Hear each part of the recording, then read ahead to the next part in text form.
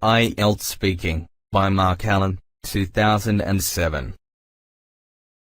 Part 2 and Part 3.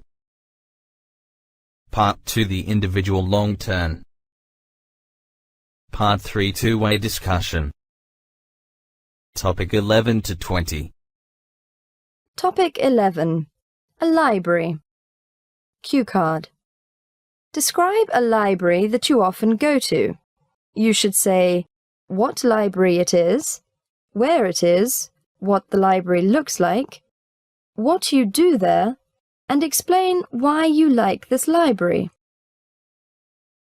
I like to go to a library called the People's Library near my home. It is located on First Avenue near Main Street in a very new building that has some beautiful urban sculptures standing on the grounds around it. The library has many floors and each floor has different sections. The first time I went there, I needed a lot of help to find books, but now I feel like it is my second home. When I go to the library, I feel like I am leaving a lot of my worries and cares behind, even if I have to go there to research or study. I think that is because I know I can always find a quiet, private place to read or do my work. And if I want to travel to a different place or a different time, I can do that at the library by finding a book or computer that will take me into another world. I'm particularly interested in this library because it has a lot to offer. Besides having a good stock of books, it also provides office equipment, such as a good copy machine, a bookbinder, many computers and printers, and much more. And it has very good service too. If you need a book in another library, it will obtain that book for you by either shipping it from the other library or purchasing the book. Part 3. Libraries. 1. What kind of people go to libraries most often? I think people of all ages use the library. However, I think students use the libraries more often than older people. I often see young children in the library, but I think university students use the library the most frequently. In my opinion, the older generation use libraries the least. Some are too busy, and others have no interest in books. 2. Why do you think a library is a good place for reading? I think that the atmosphere in the library is conducive to reading because, number one, it is one of the quietest places you can go. Also, if you start reading something and you find you are not interested in it, it is one of the best places to find another book. Nowadays, many people read from computers. It is very convenient, therefore, to be able to access materials on the internet at the library. 3. Even though it might cost a lot to maintain a library, do you think the government should open more public libraries? On the one hand, I think that it is very worthwhile to have plenty of libraries. On the other hand, with the way technology is improving practically each day, it may be wiser to invest in making computers more accessible to more people. It is possible to go to an internet cafe and go online, but much of this time is spent on worthless computer games and watching movies. Establishing computer libraries and teaching people how to use them beneficially might be a good idea. 4. Do you think public libraries should be free of charge? It would be nice if libraries were free, but usually you have to pay a fee or put down some kind of deposit. I don't think this is too unreasonable, as people often do not appreciate things they get totally for free. If people know they can get their deposits back if they do not damage any books, then it makes them more careful. Of course, the government should subsidize libraries so that people do not have to pay exorbitant costs. 5. How do you think libraries will change in the future? I can picture a future where computer technology will enable us to have easy access to all the resources a library provides. People may not even have to read. They could just listen to texts. It may sound like fantasy, but with all the progress in technology, I think it is very possible. Improvement. 6. What kind of skills do you think library staff should have? I think library staff should always be very well informed as to where things are located in the library. This will enable them to help people to save time in finding what they need, which is a very big help in our busy times. I think they should also be very courteous, as people who are using the library can often be under a lot of pressure and often need a lot of help.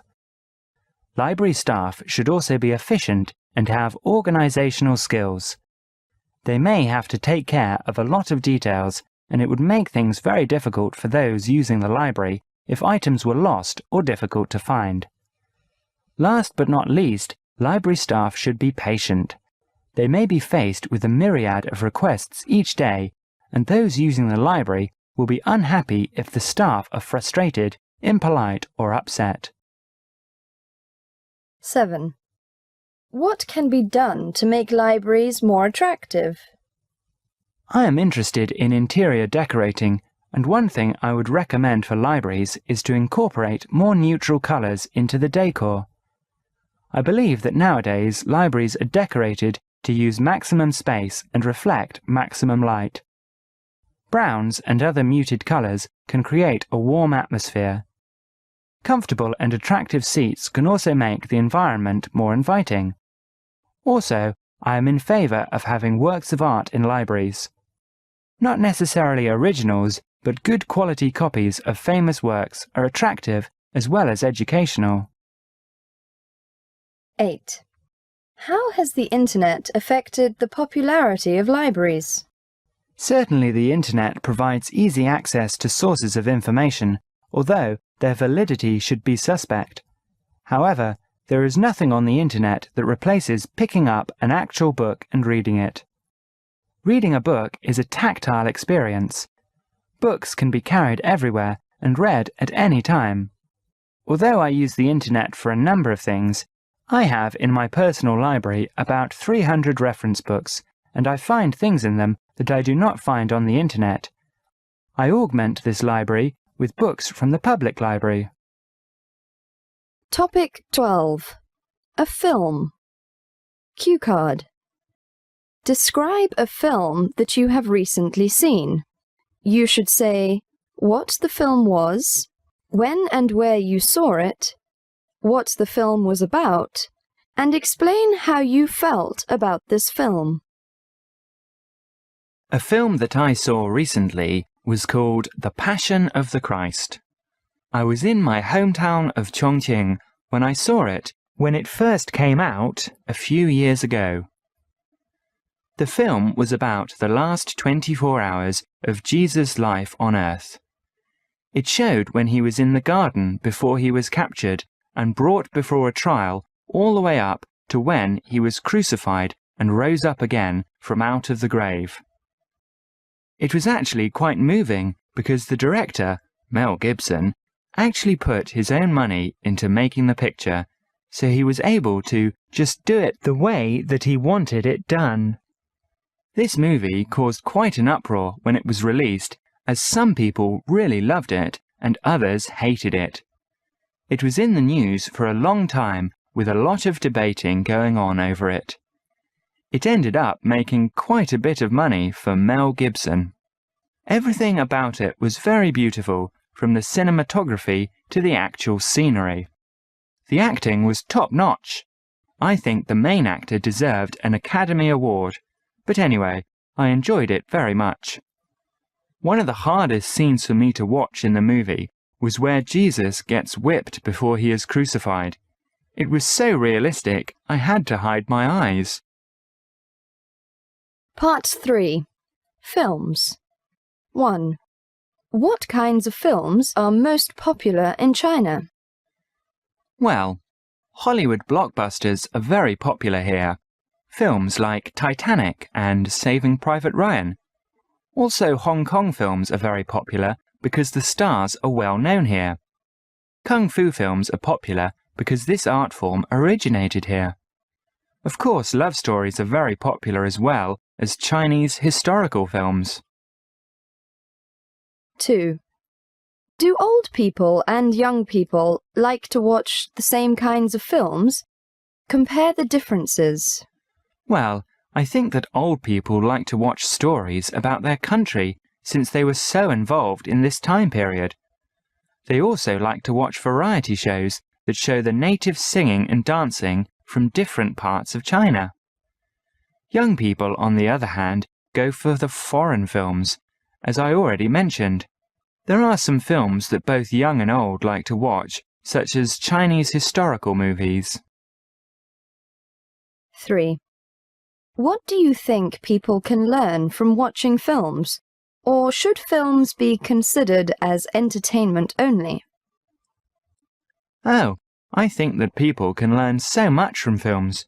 You know, there is an old saying that goes, "A wise man learns from his mistakes, but a wiser learns from the mistakes of others." Just by watching a movie and seeing what a character does in certain circumstances can help you to know what to either do or not do. You can feel what the characters feel if the actors are really good. You can see sights that you might not be able to see if it were not for movies. So definitely, you can learn from watching films. 4. To what extent do you think films reflect real life? Well, that is a big argument that has been around for a long time. Does art imitate life, or does life imitate art? I believe that each reflects on the other. Sometimes films observe life and comment on it, and sometimes life observes film and imitates it. Film is a powerful medium and brings many parts of life to the public for observation. 5. Do you think that film stars deserve the large incomes that some of them receive? Absolutely not. I think film actors' salaries have just gotten way out of hand. I know that some of them are very good actors and do the job that they have to do well, but when I think of all that money and what else could be done with it, I just can't seem to justify it. When you pay people this much money, it absolutely makes them larger than life, and reality can become a little blurred. Censorship. 6. What do you think about censorship? I believe in it. I think that some of the stuff that is available to the public is just pure garbage. Not censoring would be like allowing garbage to be strewn around your living room. I believe in freedom of speech and having the right to say what you think, but I believe that also goes along with a sense of responsibility of who would be around to hear it. Some things are just not fit for all audiences. I think that maybe censorship can go too far, but if you have a good balance in what is censored, it is not such a bad thing. 7. Should films be classified before release? Of course, this goes along with my previous answer, although really with today's films, some of them could be classified as junk 1 and garbage 2. I hope that you don't think that I am being too negative on this subject, but realistically speaking, expanding these ratings or classifications would not be a bad idea. I think that the rating system is too simplistic, and many more guidelines and ways to classify movies are long overdue. Topic 13. An outdoor activity. Cue card. Describe an outdoor activity that you like doing. You should say what this activity is, when you do it, where you do it, and explain why you like it. I really enjoy running. Not the fast sprinting kind of run, but rather the more drawn-out jogging kind of run. I usually like to run when the weather is warm, but not too hot, because if it's too hot, then I'll be sweating like a camel, and will be so thirsty and red from the heat that I can't function for about a half hour after that. Somewhere between 21 and 28 degrees Celsius is a good temperature for running. I extremely dislike running on a track or in wide open spaces because it makes me feel like I'm not getting anywhere. I think that the best place to run is on a smaller, not so busy street in a nice residential area. But if there isn't a place like that to run near my house, I'll run anywhere, even on a track. One reason that I enjoy running is it's faster than walking and cheaper than taking buses or taxis. Also, running is good for your health. The more you run, the stronger your legs, back and lungs get. I also like the rush that you get when you push yourself farther than you've ever gone before, where you feel like collapsing and keep on running until you don't even feel your legs anymore, and it's just mechanical. Part 3. Outdoor activities. 1. Would you say people spend more time outdoors today than they did, say, 20 years ago? I don't really think so. Now, with so many modern conveniences, there's less need to work outdoors. There are so many offices and indoor jobs now that it's almost considered low class to do manual labor or work outside. Most middle-class working people do not get sufficient amounts of exercise and, as a result, are weak and more prone to sickness. 2. Are there any outdoor activities that many people used to do but which most people don't do now? One of the main ones that I can think of is walking. People still walk, but not in the same proportion that they used to years ago. Walking used to be the main source of travel, unless you could afford a horse, donkey or mule.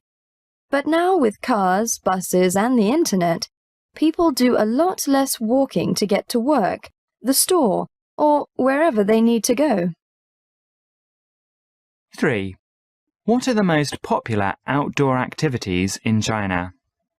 Many Chinese enjoy playing badminton, riding bicycles, performing Tai Chi and walking.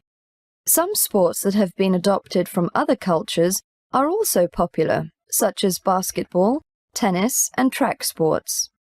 One outdoor activity that most Chinese, both old and young, like is table tennis. It is a national sport here in China, so it's not really surprising that so many people enjoy playing it. 4. Do old and young people like doing the same kinds of activities outdoors?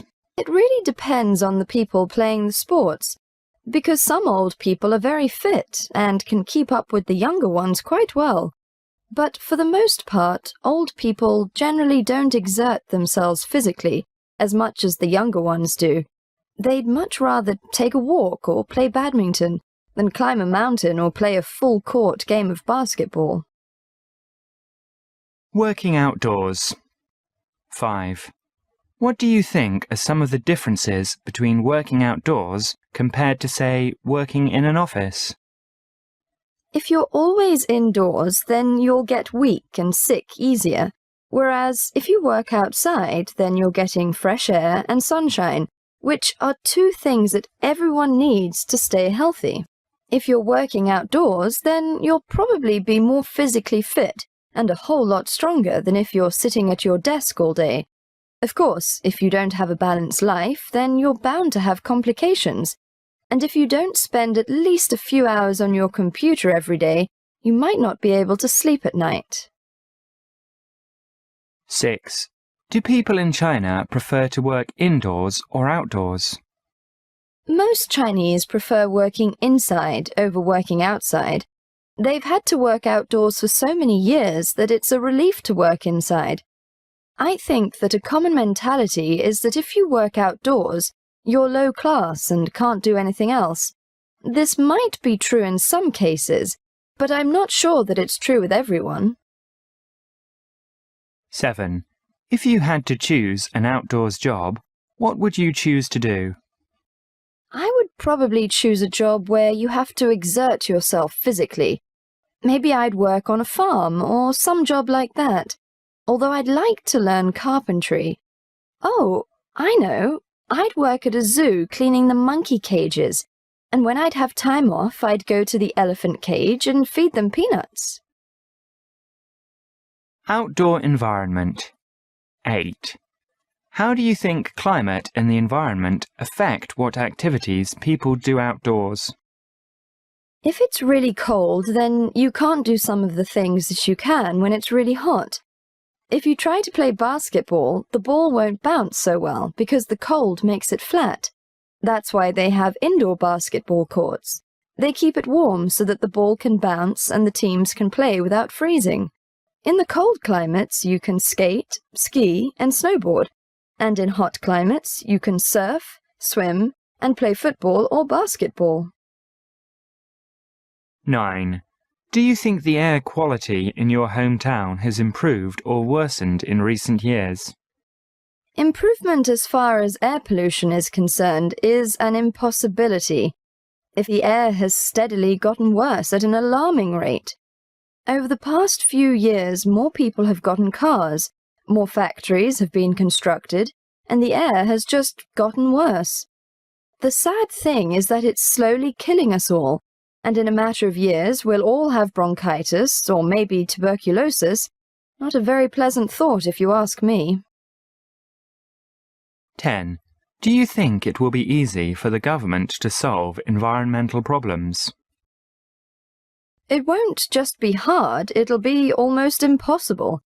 As far as air pollution, the government is fighting a losing battle.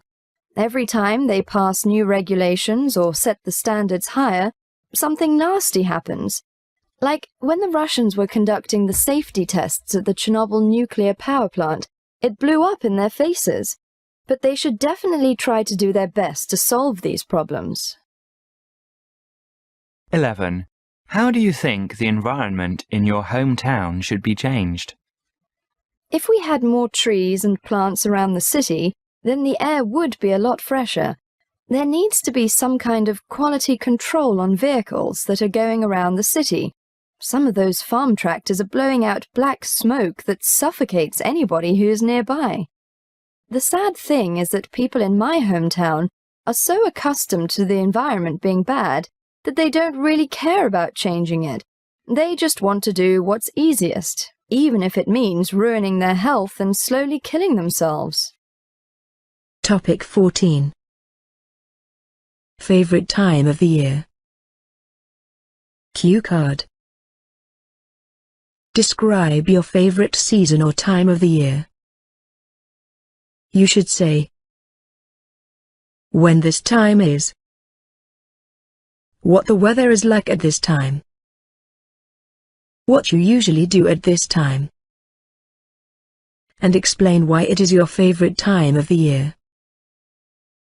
I think my favorite time of the year is spring. The main reason I like it is because it's not too cold and not too hot. In some places I've lived, such as Hangzhou and Shanghai, it rains most of the sprint. But I was mainly thinking of when I lived in Kunming. It's so beautiful all spring. The sky is blue and the weather is nice and warm. The flowers start to bloom and the leaves on the trees turn green. Since Kunming has many parks, my family and I would often go for picnics in the parks where we would play badminton, cat, rest, and look at all the plants and flowers. Our favorite park was the Kunming Botanical Garden. It had so many different kinds of plants, trees, flowers, ferns, you name it. Another thing I like to do during springtime is to get up early and climb mountains.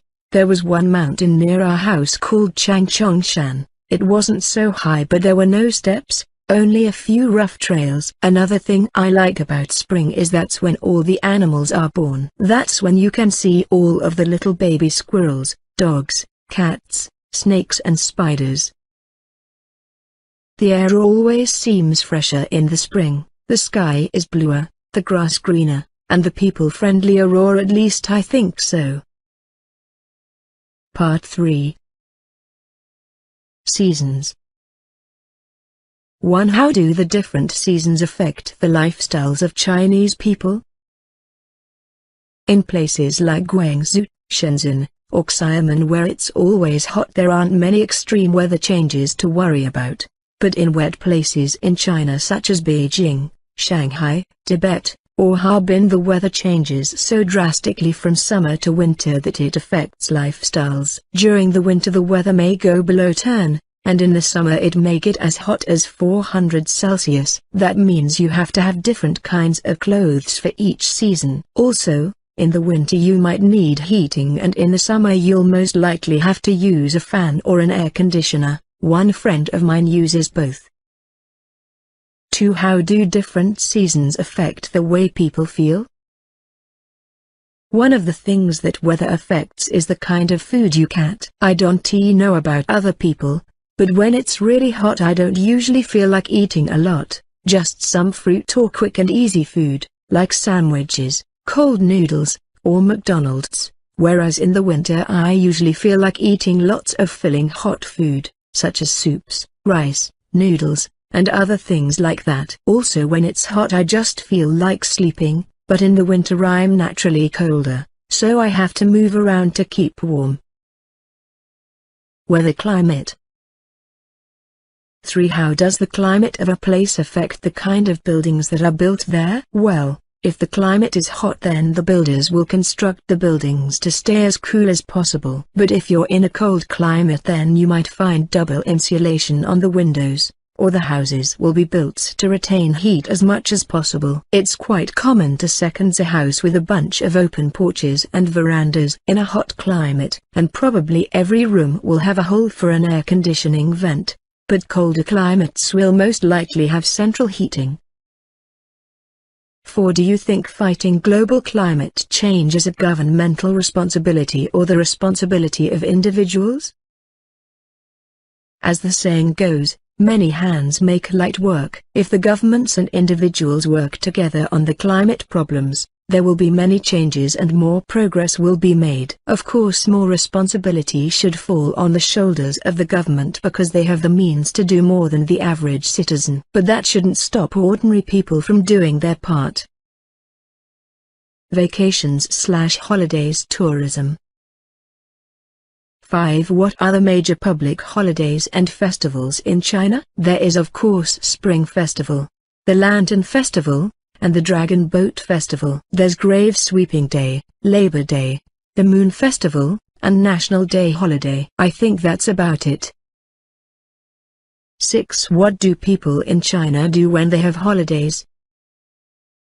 Most of the time they will party with their friends, but it really depends on the holiday. Take Grave Sweeping Day for instance. Chinese usually burn fake money, clean graves, and place flowers on them. Or at the Dragon Boat Festival they either watch the races or participate in one. But at Spring Festival everyone will party and eat and drink all night. 7. Why do Chinese people like the Spring Festival? The Spring Festival is a time for family, a time for everyone to get together and party, eat, give presents and enjoy each other's company. It's in a sense like Christmas, at least as far as the partying and gift-giving is concerned. It's the celebration of a new year, giving thanks for the last one and hoping and wishing that the next year will be prosperous. Also, it's a time off from school and work to relax without having to worry about meeting a deadline. 8. How can people benefit from visiting new places? The more extensive and comprehensive your knowledge of other peoples and cultures is, the easier it'll be for you to relate to them. You'll have more in common with them and will better understand them. If you never leave your home, your understanding of other people will be very minimal. You'll most likely be narrow-minded and bigoted. Although this isn't always the case, most of them are this way. 9. When many people visit a particular place, what effects can that have on this place? An American friend of mine once told me that about 150 years ago some people found gold in California and people came by the thousands to look for it in the water. Because there were so many people and they all needed food, shelter, and supplies, some of the more industrious pioneers started building hotels, restaurants, and stores. Now, more than 100 years later, those towns are some of the biggest and the most thriving cities on the West Coast. What I'm trying to say here is that if there are enough people they can greatly change a place either for better or for worse. Topic 15. A walk. Cue card. Describe a walk you take regularly. You should say where and when you walk, who you walk with, what you see on this walk, and explain why you walk. I remember when I was in Nanjing last year. There was one walk I took extremely often. The walk was from my apartment to my work, about 2.5 kilometers away. I did it every Sunday, there in the early morning and back in the early afternoon. It was the best walk ever. In the mornings, since it was a Sunday, the streets were empty, so it was a really peaceful time. In the summer, I would get to see the sunrise over the city hall. And in the winter, I got to walk in my favorite kind of weather, cold pre-dawn darkness. Every time I would wear my iPod and listen to music that fit the mood of the walk and weather. Then in the afternoon, since Nanjing is such a big tourist draw, I would walk by many, many happy people on vacation, seeing the sights in town. It made me really pleased to walk by all these people, because they were always really excited to be in Nanjing, and many had their small kids who were always laughing and playing. It was really great to see people enjoying life. Part 3. Walking and Health. 1. Do many people in China go for walks? Yeah, lots of Chinese people go for walks. Anytime I walk by a park late at night, I always see people taking a stroll and looking pretty content. I think they do it for the same reason people worldwide who live in big cities walk. It feels good to get outside when they have been stuck inside all day. Also, walking in parks gives people a taste of nature in a concrete world. 2. How do you think walking is beneficial to health? Walking does lots of things for your health. First, and perhaps most obvious, is the physical benefits. Walking is exercise, which is important for everyone. Just as important as the good walking does for your mind. For me at least, when I can walk somewhere, it gives me a good opportunity to think about things and not feel stuck inside. I get to feel the sun and the fresh air. 3. Do you think that playing sports is better for your health than walking? Walking and playing sports are both good for your body. They both improve your physical health, though sport does a better job at that. When playing sports, you are more active and your heart rate increases, so your body has to work harder, which makes the exercise more beneficial. But walking does a lot of good for your mental health. It provides a great escape from the working world and gives the mind a good opportunity to just wander. So if measuring just physical health, sports are better for your body, but if you look at mental as well, they are equally good for your health. Walk and leisure. 4. Do you think people in the past walked more than people today, or less? I think that yes, people in the past did more walking. People today have many more distractions that occupy time that was once spent walking. They go on the internet or watch TV or play video games. In the past, there was less to do, so people walked a lot more. Whether it was walking somewhere or walking just to walk, I think they did it a lot more. 5. What is the relationship between standard of living and the amount of walking people do? I think that it is not really the standard of living that affects how much people walk.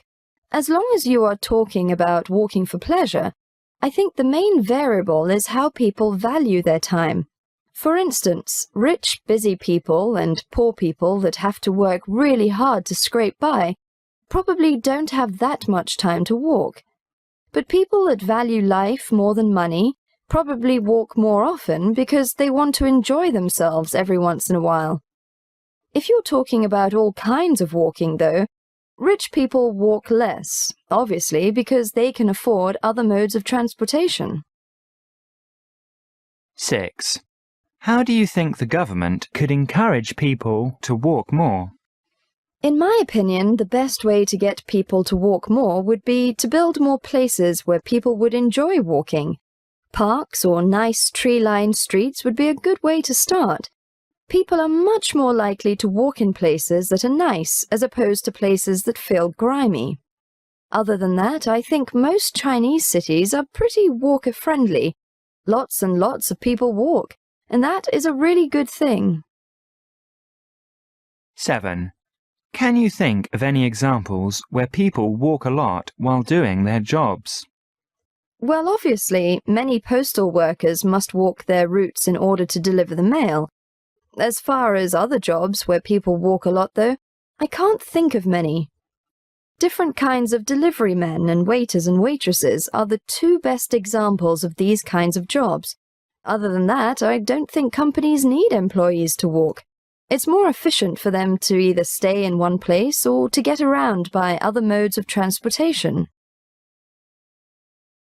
Topic 16. Sporting events. Cue card. Describe a sporting event that you enjoyed watching. You should say what the event was, where you watched it, who watched this event with you, and explain why you enjoyed watching this event. A few years ago, my father took me to a basketball game that was being played at a university. The team were the Shanghai Sharks and another university team. I can't remember what the team's name was, but they were all dressed in purple and looked quite funny. The game was quite short and only had 2 halves, instead of 4 quarters. I can't remember who won, but it was obvious that the Sharks were playing very soft on the other team. At half-time, some of the Shark team members started throwing signed jerseys into the crowd. I think there were about 10 in all. I really wanted one, but we were so far back that they never reached us. A friend of mine got one, though, and I got to try it on. The atmosphere in the stadium was so exciting. Everyone was shouting, whistling, cheering, and just making noise. I was cheering for the Sharks, and my dad was whistling so loudly that people started looking at us. I was kind of embarrassed, but he didn't care. After the game, we stopped at a snack shop and got some drinks and a snack. I don't think I'll ever forget that game. Part 3. Sports in general. 1. What are the benefits of sport or exercise? Exercise keeps you healthy. It's been proven that people who exercise more get sick less. When you exercise, it helps build your strength to fight sickness. I have a friend who has a bad back, and if he doesn't run, play basketball, or exercise in some way, then his back will go out, and he'll have to stay in bed until it is better. 2. What kinds of sports facilities exist in your community? I live near a university, and my friends and I often go there to exercise. It has football fields, tracks, badminton, volleyball and tennis courts, and other kinds of exercise equipment. There is also a weight room and taekwondo lessons. So I think that my community has quite a good assortment of sports facilities available. 3. Do men and women play the same kind of sports? It really depends on the person, because I know some girls who are a lot more athletic than most guys are, but for the most part, girls generally don't play most of the rougher, aggressive sports. An American friend of mine told me that many of the men there like to play American football, and even though some girls will join the game, most of them will just sit on the side and watch or do something else. 4. How do you think the government could encourage more people to exercise and participate in sport? Advertisements are some of the biggest ways people are influenced either for or against something. If the government would air some very catchy, appealing ads on TV, or maybe even hold a public competition where the winners got a monetary prize, that would work, for me at least. I can't really think of anything else that would work, but that would be their best shot, because that's what most people will respond to. 5. Do you think children should be encouraged from a young age to participate in competitive sports or team sports? I don't really think that it's good if children are taught at a young age to be competitive. If you can teach the child how to play competitive sports without stressing that winning is the only way that you can have fun, then I guess it's okay. But personally, I think that's a bit unrealistic, because everyone wants to win, and if kids don't win, their natural reaction is to cry or get mad. This doesn't really help them in life. When they grow up, they'll find that you don't always win the first time around. You just have to keep trying and keep going on with your life. Live sports events. 6. Do you prefer to watch sports events on TV at home or to watch them live? Why? I prefer watching sports on TV because sometimes you're watching a game that looks like it'll be loads of fun, but it turns out to be super boring, where your team gets creamed and you feel like crying. If you are at the stadium watching the game, there's nothing you can do but cry. But if you are at home, you can just change the channel to something fun. Watching sports at home is also more economical. You can be watching 3 or 4 games for just a few mao an hour. 7. What are the advantages and disadvantages of going to see a live sports event, such as a football match, compared to watching the event at home on TV? Like I said before, if you go to a sports event, you have to stay and watch the whole thing, whereas if you stay at home, you can change the channel or turn off the TV. Also, you can see the game close up, whereas if you're in the stadium, then you'll see a faraway view of the game. One advantage of going to a sports event is that you can experience the excitement of the game. The game is so much more alive and real than if you were just watching it. You feel like if you yell louder, then your team might actually have a greater chance of winning. Also, if someone decides to streak at half-time, then you won't have to worry about the sports channel switching to the anchors who talk about the game. 8. Does the ticket price to live sporting events affect decisions to attend? Yes, I think the price is an extremely big deciding factor. Take the World Masters Cup in Shanghai, for instance. If the admission fee was only 100 RMB, more than half of Shanghainese couldn't have attended the game. 9. What about the 2008 Olympic Games in Beijing? What do you think would be a reasonable price for admission tickets? I'm not really sure. I haven't thought about it that much, but I'd prefer if they were free, so then maybe I'd be able to go. My best guess is that they will probably go for at least a few hundred yuan a ticket. People from all over the world and China will be coming to Beijing, and they will have money, so I don't think price will be a huge problem. Topic 17. Foreign cultures. Cue card. Describe a foreign culture that you are interested in. You should say what this culture is, how you learned about this culture, what you know about this culture, and explain why you feel this culture is interesting. I have spent most of my time learning Chinese and Chinese culture, but I did have an interesting experience about a year and a half ago that inspired me to learn about Costa Rican culture. One of my friends spent a semester abroad in Costa Rica in early 2005, and I spent 2 weeks at the beginning of the summer visiting him there. Prior to visiting, I knew almost nothing about the culture, but staying there, even for such a short time, really opened my eyes. Costa Rican culture is extremely different from either American or Chinese culture. 2 of the phrases most often used in Costa Rica are a good illustration of their culture: pura vida and tranquilo. Pura vida translates as pure life, and tranquilo means calm. Both are used in situations where the level of stress is rising. When Costa Ricans say this phrase, they are telling themselves or others, "Don't worry, chill out." It's an extremely laid-back, relaxed culture. Their main goal in life is to be happy. Work days tend to be shorter, and since the country is so small and borders both the Atlantic and Pacific Oceans, it is really easy to go to the beach, so many do just that. When I was there, it was routine to see people getting up around 6 a.m., go to the beach and surf for 2 or 3 hours, work from 10 to 4, go home and eat, then go back to the beach.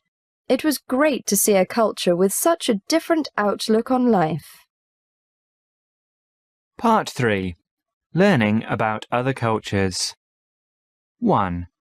Do you think it's important to know about other cultures? I do think it's extremely important to learn about other cultures. Not only can you find out interesting things, but it makes it easier to interact with those people if you ever come in contact with them. Also, it makes it a lot easier to do business with those cultures. It's important to be educated about the world and not just shut yourself into your own country. 2. How can we benefit from learning about other cultures? Several ways that people can benefit from other cultures are in business, personal relationships, and just in self-improvement. In business, it is necessary to know a little bit about whatever culture you plan to work with. For instance, I think in Muslim cultures, shaking hands with your left hand is considered extremely rude. If you didn't know that, it could hurt your chances of doing business. Also, it's important just to improve yourself by learning as much as you can, and culture is a good subject. 3.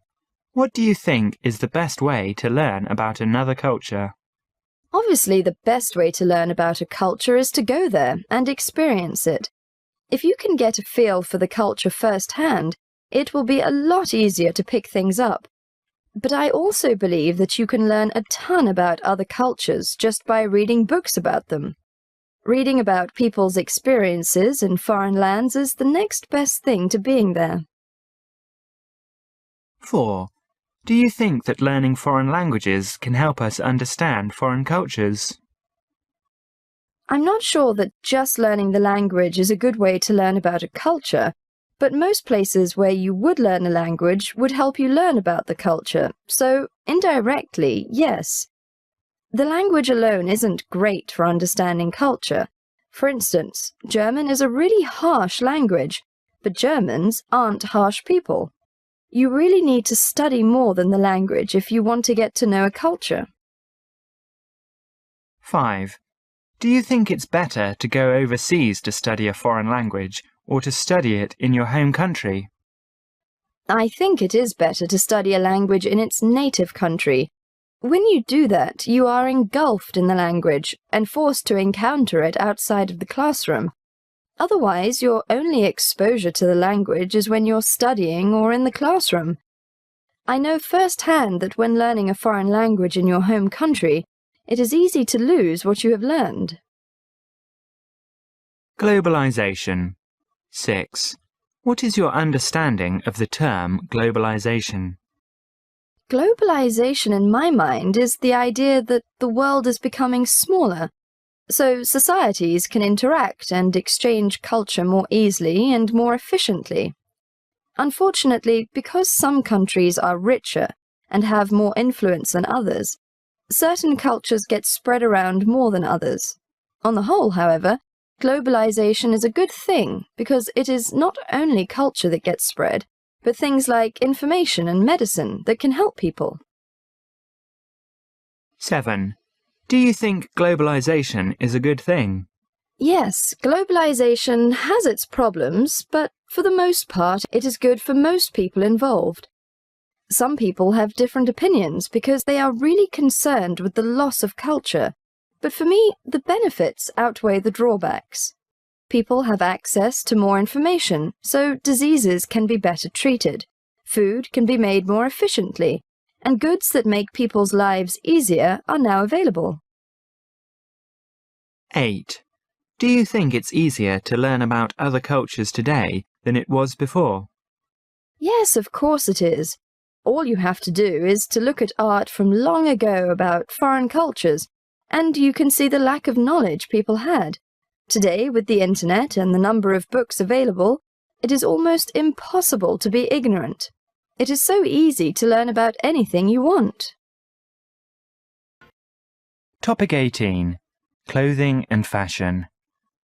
Cue card. Describe an item of clothing that you recently bought. You should say what it is, when and where you bought it, what it looks like, and explain why you bought it.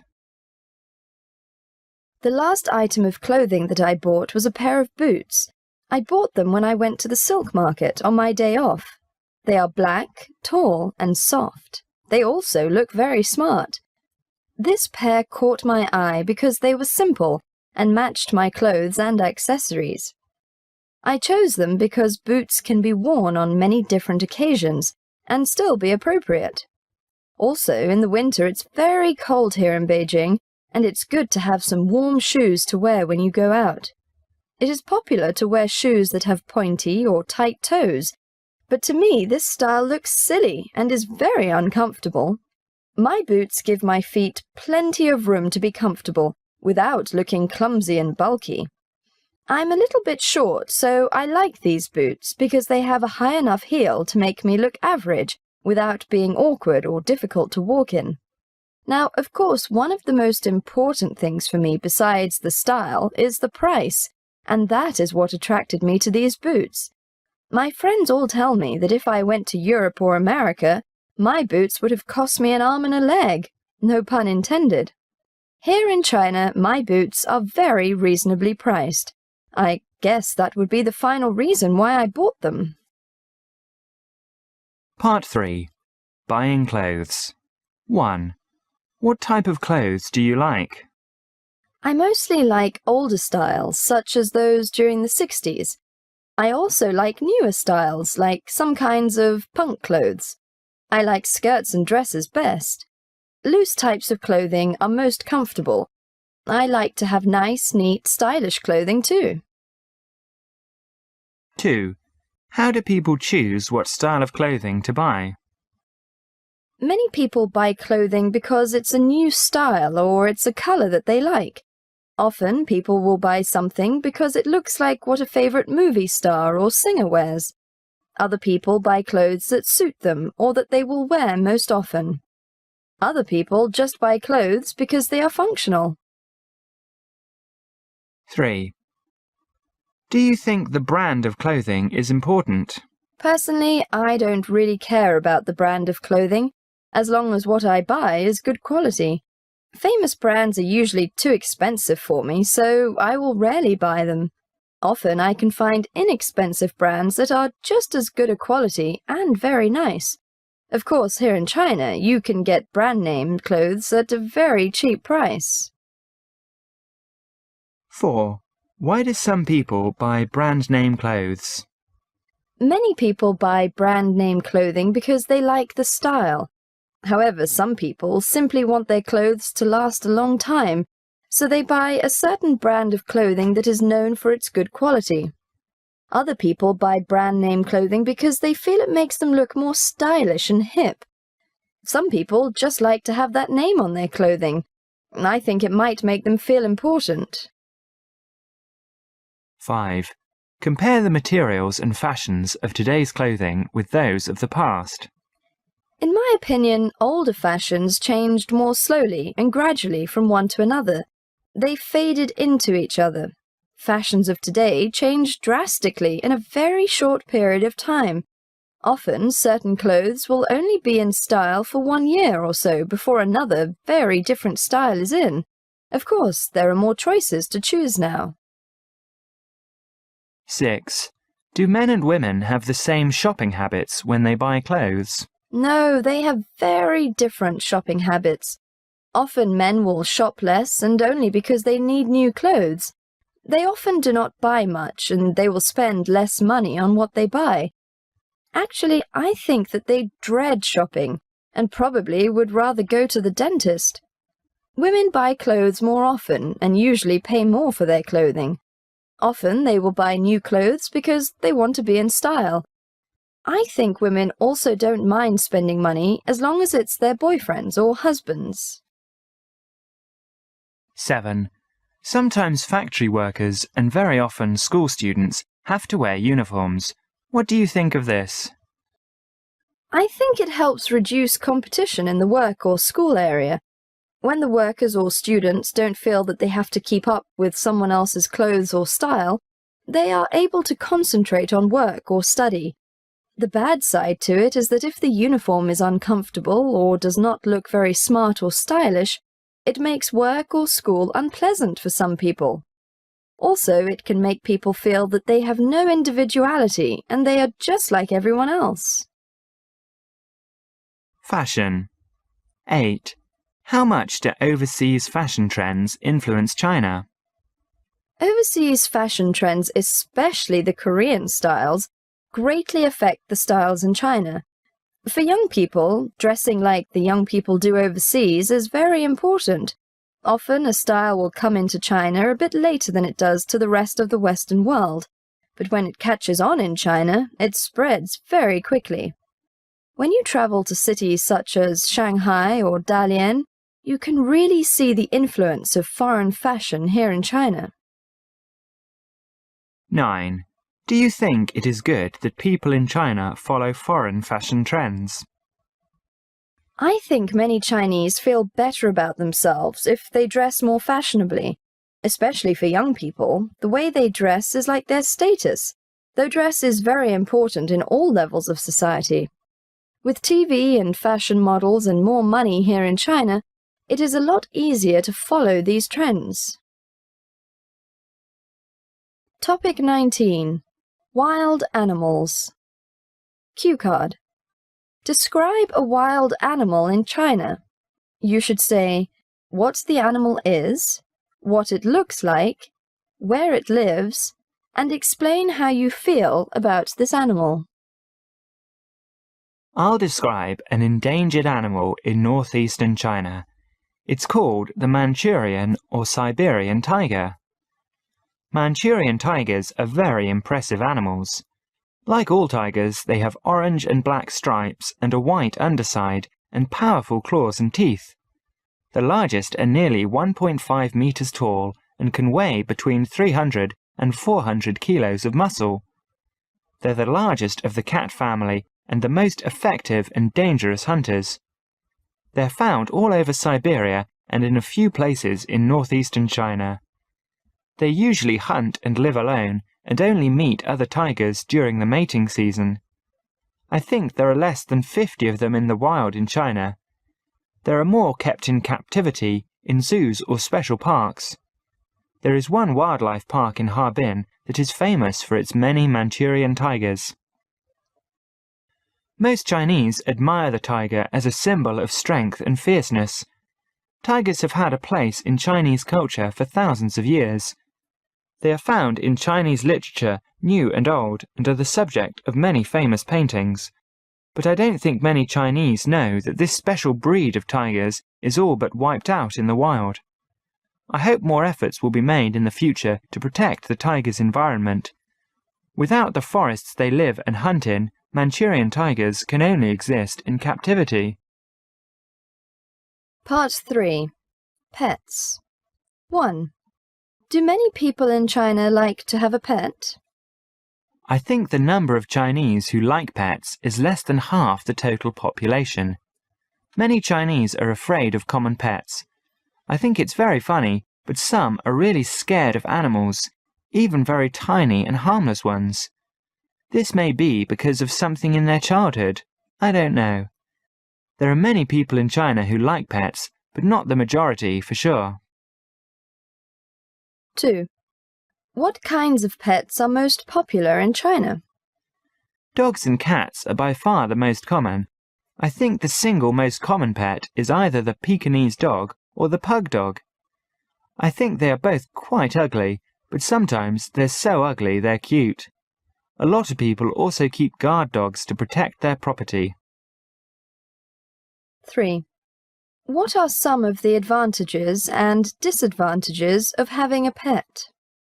A pet can be a good friend, sometimes the best friend. Pets are also great playmates for children. I think it's very good for kids to have a pet when growing up. The disadvantages are that pets are expensive to feed and care for and require a lot of time, depending on the kind of pet. 4. Do you think there should be laws to protect the welfare of pets and farm animals? I don't really know. I guess there should be laws, but we really shouldn't need them. People should be responsible enough to treat pets and farm animals well. But since many people are too selfish to care, we must have some laws. But the laws shouldn't become so important that they nearly equal laws protecting the welfare of human beings. Protection of wild animals. 5. Are there any wild animals in China that are not found in any other country? Yes, the giant panda and the Tibetan antelope.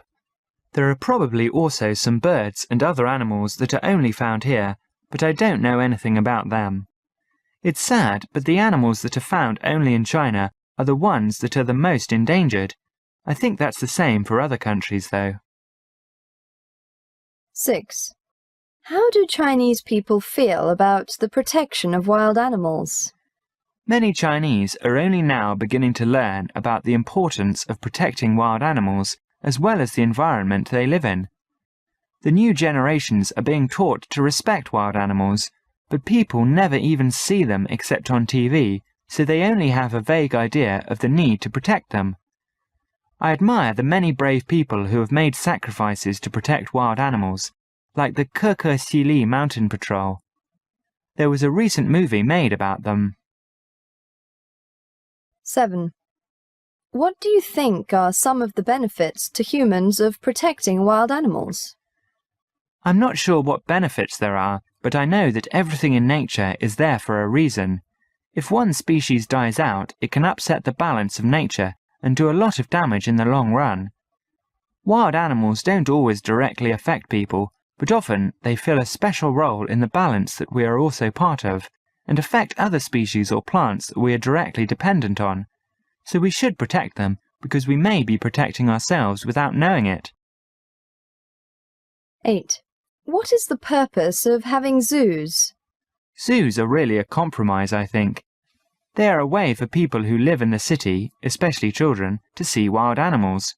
But I think that unless the zoos are the best quality, they shouldn't be operated, as it's cruel to keep wild animals in small cages or dirty surroundings.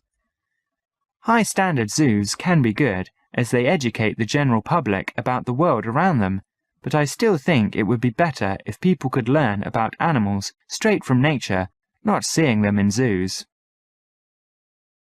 9. How do you think zoos in China could be improved? Many zoos in China are poorly equipped due to a lack of funding. Zoos are not so popular or common. I think that they could be improved by more cooperation with other zoos in the West that are well operated and have good techniques and facilities we can learn from. Topic 20. Electrical appliances. Cue card. Describe a useful electrical appliance, e.g. a mobile phone or computer, that you use at home or at work. You should say what it is, where it is, how you use it, and explain why this item is important to you. The most useful piece of equipment is my computer. I use it for both my work and for recreation. It is a laptop, so I can take it with me wherever I go. I usually keep it on the dresser at the end of my bed, though when I use it, I'm usually on my bed or in my armchair. I use it for my research and to read assignments that I have been given. I also use it for my work and writing. It is important to me because I have all of my most important information on it. If I didn't have it, my life would be so much more difficult, because I would have many problems finding all the different things I need to do my work. I also use it to listen to music, so I would have a hard time listening to music if I didn't have it. Often my mother will ask me to type something up for her, and I like to use my laptop for that, because I'm accustomed to using the keyboard on it. Then I can type faster, because I don't have to get used to a new keyboard, and I make less mistakes. Part 3. Electrical appliances. 1. Have computers, the items you chose to talk about, changed much over the years? Yes, computers have changed so much since they first came out. The first computer took up a whole huge room. Today, computers are so small you can put them easily into a shoulder bag. Some are even small enough to fit into your pocket. 2. What kinds of electrical appliances are used most? I use computers every day, and they are used in almost every area of my life. I also use printers often to print out the information that I have put together on my computer and give it to someone else. In my kitchen, there are also some electrical appliances that I use every day, like toasters, microwaves, and refrigerators. A coffee maker is an appliance not used much here in China, but probably is used more in the US and Europe. 3. Do you think we can live without electrical appliances? I think it is possible for people to live without electrical appliances. However, people are so used to having them and living with them that I think it would be very difficult, especially if the change is very sudden. I think that it's not good for people to be so dependent on machines to do things for them. I think that people should learn how to live and do things without machines and appliances, so that if there is ever a time when they don't have them, it will be easier to adjust. 4. Do you think science and technology will one day completely eliminate traditional skills and equipment? I think that it's very possible, but I don't think that this is good. Right now it's very hard to keep up with technology, so what would it be like if it was all replaced? It's almost hard to fathom. Well, you know, if we ever run out of oil, it seems to me that a lot of the technology would change.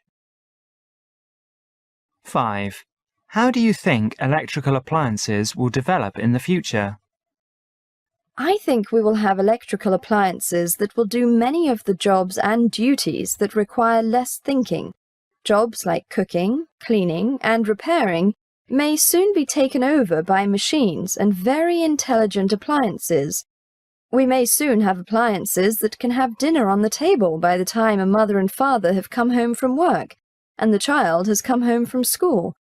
We may have appliances that will clean the house and make the beds, fix the sink, and paint the walls. Office equipment. 6. What are some of the different forms of electronic communication that people use in offices today? The most common form of communication in the office is email. Even between people next to or near each other, it is becoming more common to just type out an email or memo. Another very common form of communication is the phone. No matter where someone is, they will almost always have an office phone or a cell phone. 7. What are the effects of using such electronic forms of communication? One of the main effects of using electronic communication is that the communications become less personal. There is a feeling of just communicating with machines and not talking to a human. Of course, it is much more convenient to be able to send an email to someone rather than going to where they are to ask them or tell them something. It is also much quicker to call someone than to find them and talk to them personally. Inventions. 8. Do you think people rely too much on machines nowadays? I think that many people rely too greatly on machines. They seem to forget that there are people around them. It is easy to become completely absorbed in computers or phones or PDAs or MP3 players. People will more often turn to their machines for entertainment rather than spending time with others or getting exercise. 9. What are the advantages that we get from using modern home and office equipment? There are some advantages to using modern home and office equipment. One of the main ones is that more things get done, and often we can complete projects and assignments very quickly. We are also able to do things that we wouldn't have been able to do before, like working at home. Also, because we are able to finish things quickly, we have more time for other activities that we wish to do. 10. What do you think is the most useful thing that man has ever discovered?